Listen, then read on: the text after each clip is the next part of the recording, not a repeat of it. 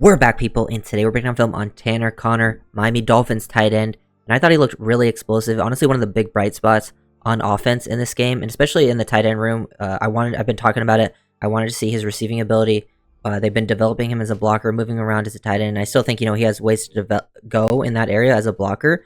But we really haven't seen anything of him as a receiver since college. So I really wanted to see him get used in those areas, and he looked super explosive. I think he's a good fit in the offense in that area.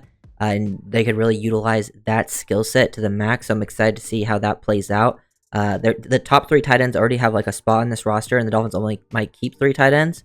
But Conner is one to keep an eye on. If he doesn't make the roster, I think he sticks around on the practice squad. They've been developing him for a while. His blocking was pretty hit or miss this game. He had some good reps, some not. I think, when you get him in line, it's not really his game. But when you utilize him on the move as like an F tight end, not your basic Y in line guy, he can go out there and be effective, as he had some good plays in that type of area. Or when he plays as a fullback, I think he can do that too. But really, it's this receiving part of his game that I think really excites me.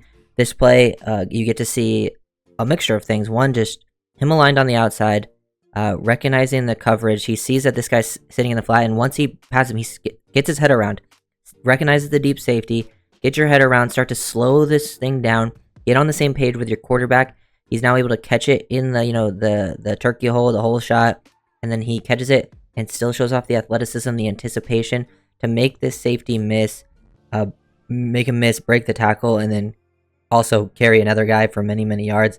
Get to see that explosiveness on display, but it's also a mix of just being comfortable, understanding where you got to be.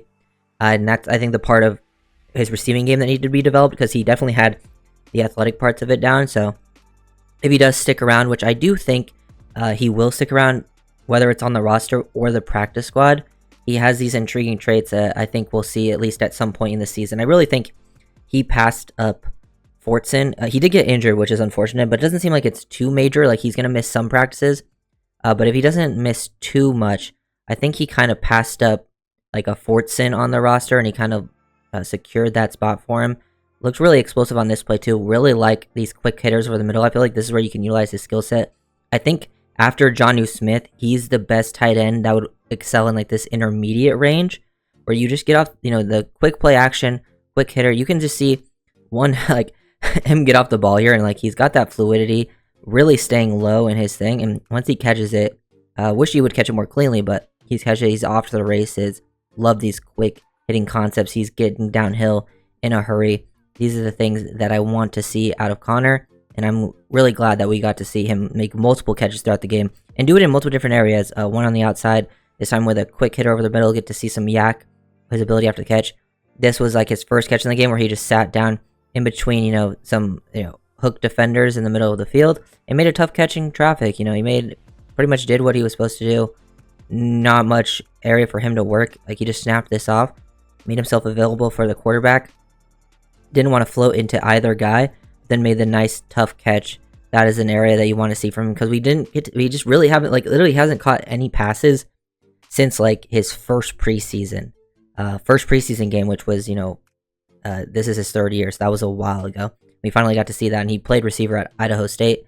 As everyone knows, he's a super athletic. This is his best camp, and I do feel as if this preseason definitely helped him out. And we had a lot of injuries throughout this preseason, but it seems like Conner is one of the ones who got injured but actually has a chance of returning. And if he doesn't return, I still expect him to stick around for sure and get elevated, play at some points. Injuries are bound to happen. He's definitely helped himself and given himself a chance to compete. I do think, he's after like the Jonnu Smith, the Durham Smythe, the Julian Hills, but 2 out of those 3 are blockers, so I think they want more of a receiving threat, a guy that can play as, an F tight end, because Julian Hill and Durham Smythe are more Y tight ends, and Jonnu Smith's an F, so I think they want a second F tight end, and I think Conner has the potential to be that for the offense. He also has good fullback experience. Here we get to see him on motion. This is where you want him, on the move, whether it's fullback, off the ball, playing as like a wing, get him that momentum. Here he's able to cut, take this edge out. He was willing to throw his body around. He's still not the best blocker, but he's very willing to at least get involved, throw his body there. Here they're trying to work him on a combo. I think, they kind of had a little bit of a miscommunication here, because I think Conner's expecting Ryan Hayes, the right tackle, to help him a little more initially, and they're going to truly combo him. But Hayes just throws a shoulder into him and then is already ready to climb to the other guy. So then Connor is not in the best spot. He's throwing a shoulder into him too and just getting low. So this was clearly a miscommunication that happened between the right tackle and tight end, because they both were attacking the hip instead of squaring him straight up. So someone didn't understand the assignment there, and he's able to miss that. But he shouldn't be in those situations anyways, because that's just not what fits his skill set. But getting him on the move again this time, like really like quick motion off the snap. Then we get to see him with his momentum. It was basically a momentum double team, helping Fortson. He kicks this guy out and creates just enough space for Wright to work off of this, and the other guys block it up super nicely.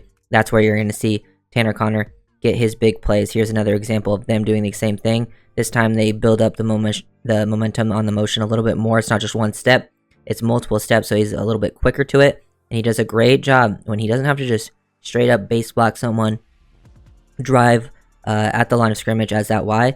He can attack, use his speed, use his athleticism, and then kicks that guy out, ends up, knocking him into other people. It basically takes out 2 defenders with doing that, and then Wright's able to work off the back. Here's another example. I could have took, I think, better aiming points to the point of attack at fullback, but this is something he has gotten better at, is playing this fullback position. He did a lot last year. He did it in his limited playing time in the regular season too. He played mostly fullback.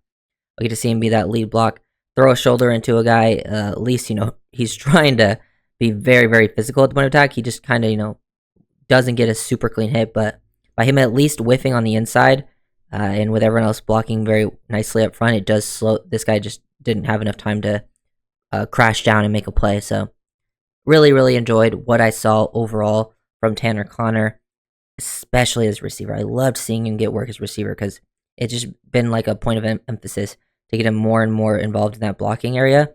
So hopefully he can return healthy. He's a guy that I do expect to stick around. I really like the tight end room as a whole, and wouldn't be surprised if they do end up keeping 4 tight ends, or they keep multiple guys on the practice squad, because it feels like everyone kind of has their own little role. Connor would be like your second F tight end. Jody Fortson is like the one tight end who can play F2, but he's just has a different skill set with his length. He's like a guy that can align more as like a true receiver and play like X2 and be like a red zone threat, while you're with Connor and Johnny, they're more of like those yak guys. And then basically and then Hayden Rucci would be another guy that can play Y and also do some fullback stuff, because he's more of your blocking guy. So everyone has like their own little unique skill set, what makes it very interesting. So if you guys like the video, make sure to like, comment, subscribe, and peace.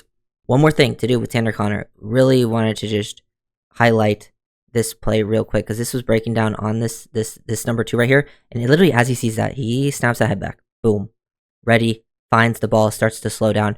That is just really smart. Just wanted to put more emphasis on that, because that was something that I feel like he really needed. Like, he clearly had the physical capabilities.